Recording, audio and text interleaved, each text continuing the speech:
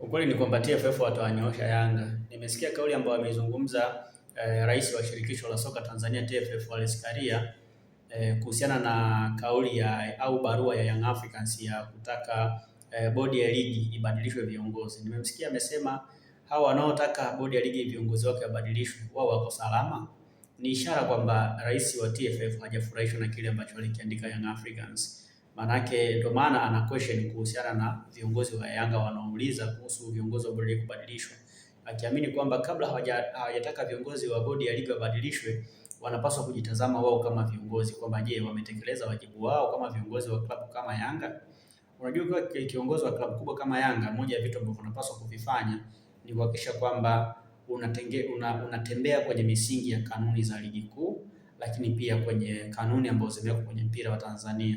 Lakini ukiwa kiongozi wa timu kama ya Yanga lakini hautembei kwenye kanuni, kwenye ile misingi ya kanuni ambazo zimetengenezwa, maana yake pia nawe kustahili kuwa kiongozi wa timu kama Yanga.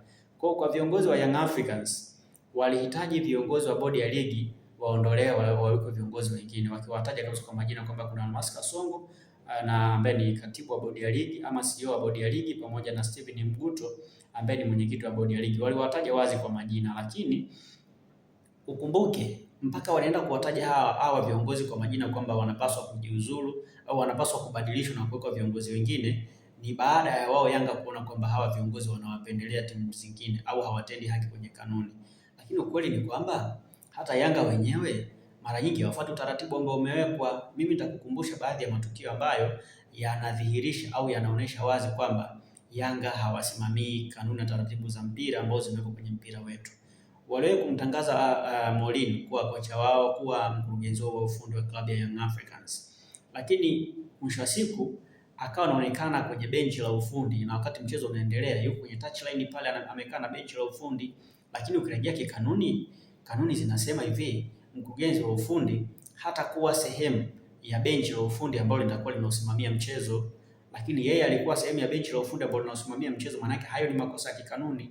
Maanake wao kama viongozi wa Young Africans wamevunja kanuni za ligi kuu. Maanake kabla hawajahoji kwa nini hawajahoji kuhusu viongozi wa bodi ya ligi, inabidi wao wajifikirie wamevunja kanuni mara ngapi, na TFF imeonya na TFF kushikana na bodi ya ligi imeonya mara ngapi. Kama bodi ya ligi imewahi kuonya Yanga mara kadhaa kwa kuvunja kanuni, kwa nini wao leo wanataka viongozi wa bodi ya ligi wabadilishwe wakati wao wanasimamia kanuni?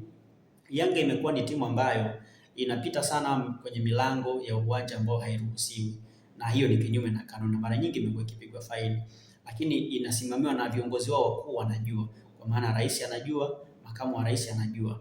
Sasa kama klabu inaweza kupita kwenye mlango ambao sio rasmi na ina viongozi ambao ni wa ngazi za juu, ina rais na makamu wa rais, na bado wanapigwa faini na wanalipa, inakuwaje wao wanahoji kuhusiana na madhaifu ya viongozi wa bodi ya ligi ambao mara nyingi wamekuwa wakiwapiga faini kwa kuvunja kanuni ambazo zinatoa mwongozo kabisa? Manake hata uongozi wa Yanga una shida, sio tu uongozi wa bodi ya ligi kuwa na shida, lakini hata wao wenyewe Yanga wana shida kwenye uongozi. Kama Yanga wangekuwa hawana shida kwenye uongozi, wangefuata taratibu za kikanuni ambazo zimewekwa, manake Yanga wasingepita kwenye milango ambayo hairuhusiwi. Kama ina viongozi ambao wanafuata taratibu, Yanga isingemweka Mourinho kwenye benchi la ufundi bila kufuata utaratibu ambao umewekwa. Na ndio maana baada ya bodi ya ligi kuwauliza kuwaonya kuhusu Mourinho kuweka kwenye benchi la ufundi, wao wakaja baadaye wakatoa taarifa kwamba ni kocha wao msaidizi namba 3. Lakini mwanzoni hawakumtaja kama kocha msaidizi namba 3, walimtaja kama mkurugenzi wa ufundi. Manake pia nao walivunja kanuni. Ina maana kama viongozi wa Yanga wangekuwa bora na wangekuwa sio wavunjaji wa kanuni, wasingeweza kumweka Mourinho kwenye benchi la ufundi, wasingeweza kuingia kwenye mageti ambayo hayaruhusiwi, ikiwa wanajua kabisa ni kinyume na kanuni. Watu wanapaswa kuelewa kitu kimoja. Kazi kubwa ya bodi ya ligi ni kusimamia kanuni ambazo zimewekwa kuongoza mpira wa Tanzania, na wamezisimamia ipasavyo, na ndio maana timu nyingi na viongozi wengi wamekuwa wakiadhibiwa kwa kuvunja kanuni.